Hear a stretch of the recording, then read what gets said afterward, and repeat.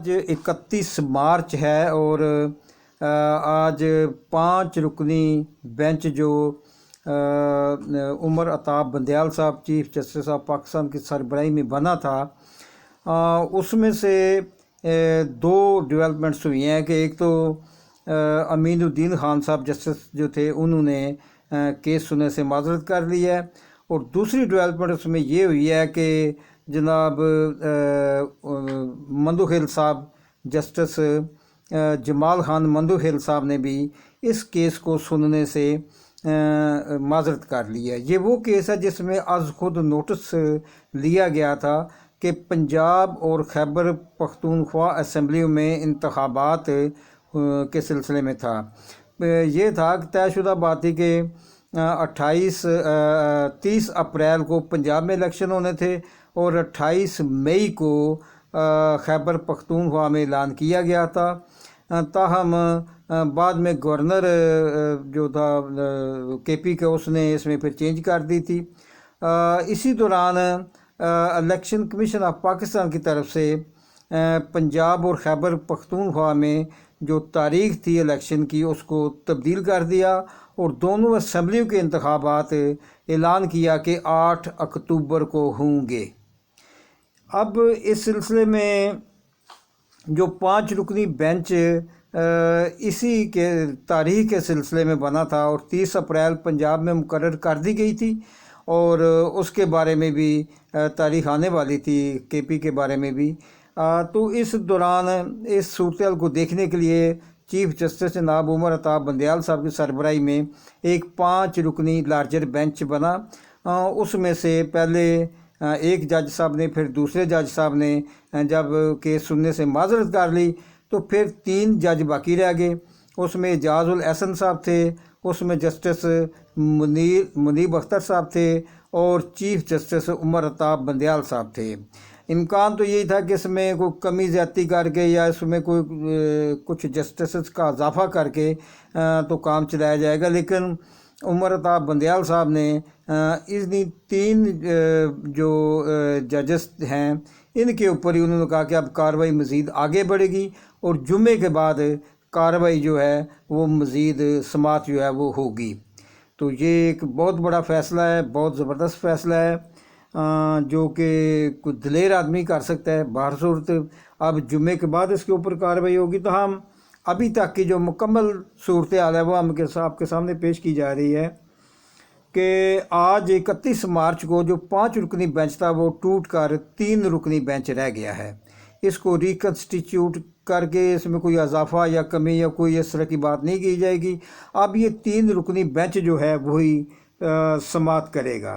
तहम राना सनाउल्लाह साहब वज़ीर दफ़ा ने कहा है कि लगता है कि मामलात की बेहतरी के लिए हमने कहा था कि फुल कोर्ट बनाया जाए, लेकिन लगता है कि फुल कोर्ट नहीं बनाया जा रहा और 3 रुकनी बेंच के साथ ही समात की जा रही है, जिससे अदालती मामलात जो हैं वो उनका पता चलता है। सुप्रीम कोर्ट ने इस सिलसिले में बड़ी कार्रवाई की है और आर्टिकल 184(3) 184(3) यानी आज खुद नोटिस केस पर सर्कुलर जारी तहरीरी सर्कुलर जारी कर दिया है, जिसके मुताबिक सो नोटिस सिर्फ चीफ जस्टिस ऑफ पाकिस्तान ही ले सकते हैं, इसके अलावा किसी को इख्तियार नहीं है। लिहाजा जस्टिस काजी फाइज ईसा साहब के फ़ैसले में दी गई ऑब्जर्वेशन को मुस्तरद किया जाता है कि क्योंकि जस्टिस काजी फाइज ईसा और जस्टिस अमीनुद्दीन साहब का फ़ैसला दीगर बेंचों पर उन्होंने कहा कि लागू नहीं होता। इस अंदाज में बेंच का आज खुद नोटिस लेना 5 रुकनी अदालती हुक्म की सरीन खिलाफ वर्जी है। चीफ जस्टिस साहब ने ये बात किया कि ये जस्टिस फाइज ईसा साहब ने जो कहा था कि जब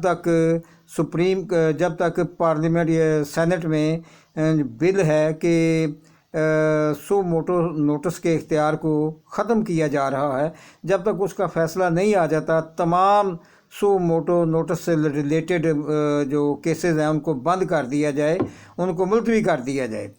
लिहाजा तो इसके ऊपर चीफ जस्टिस साहब ने कहा है कि ये हुक्म जो अदालती हुक्म जो काजी फाइज ईसा की तरफ से दिया गया है یہ آئین کی خلاف ورزی ہے۔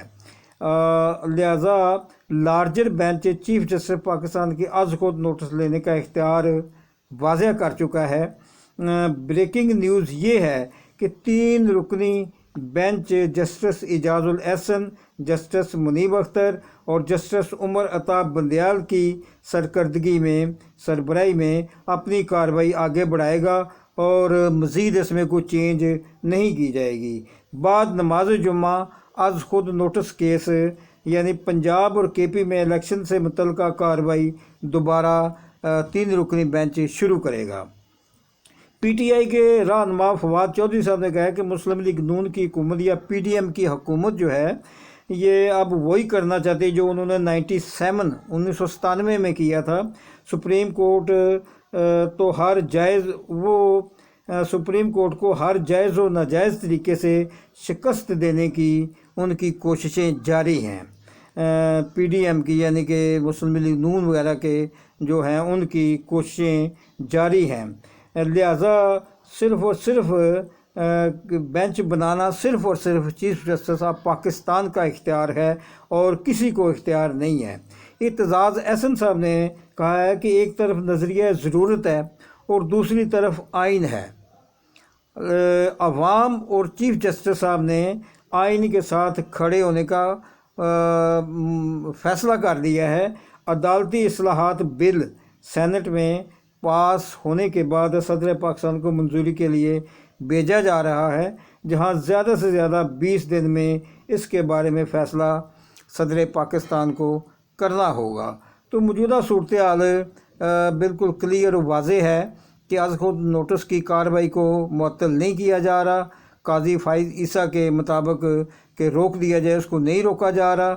چیف جسٹس صاحب نے کہا کہ یہ غیر آئینی حکم ہے، اس کو نہیں مانا جا سکتا، لہذا جمعے کے بعد اس کے اوپر کارروائی ہوگی۔ تو پھر دیکھتے ہیں کہ جو بھی کارروائی کا احوال ہوگا فوراً آپ کی خدمت پہ۔ یہ جو خبریں میں نے آپ کو دی ہیں بالکل بریکنگ نیوز ہیں، یہ بالکل نئی کارروائی ہے جو کہ 1-1:30 بجے کے بعد سے جاری ہوئی تھی۔ تو ابھی تک کی مکمل صورتحال آپ کے سامنے ہے، تو انشاءاللہ نئی صورتحال جو ہے اس کے بارے میں بھی آپ کو آگاہ کیا جائے گا۔ شکریہ، السلام علیکم۔